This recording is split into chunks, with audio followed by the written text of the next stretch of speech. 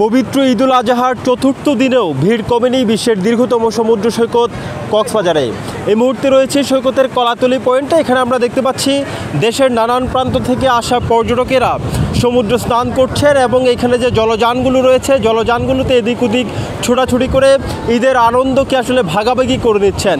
সৈকতে আগত পর্যটকদের মধ্যে কেউ এসেছেন পরিবার পরিজনের সাথে, আবার কেউ এসেছেন প্রিয়জনকে সাথে নিয়ে ঈদ উদযাপন করতে। কক্সবাজার সমুদ্র সৈকতের কলাতলি পয়েন্ট ছাড়াও সিন পয়েন্ট, সিগাল পয়েন্ট এবং লাবণী পয়েন্ট সবকটি পয়েন্টে কিন্তু আমরা পর্যটকদের পদচারণা দেখতে পাচ্ছি।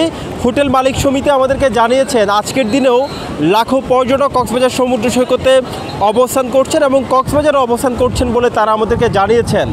আগত পর্যটকদেরকে নিরাপত্তা দেওয়ার জন্য এখানে ট্যুরিস্ট পুলিশের পাশাপাশি জেলা প্রশাসনের বিচ কর্মীরাও দায়িত্ব পালন করছেন।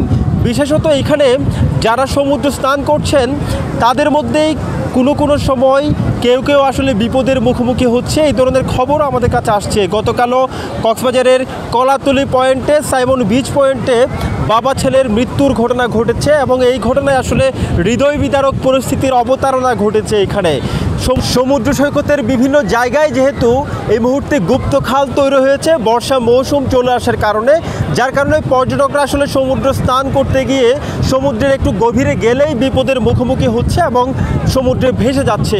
এই পর্যন্ত আসলে লাইফগার্ড জানিয়েছে ঈদের পর থেকে তারা 1 ডজনেরও বেশি মানুষকে তারা জীবিত উদ্ধার করেছেন। যদিও গতকাল দুজনের বাবা ছেলের মর্মান্তিক মৃত্যুর ঘটনা এই কক্সবাজারের কলাতলির সাইমন পয়েন্টে ঘটেছে।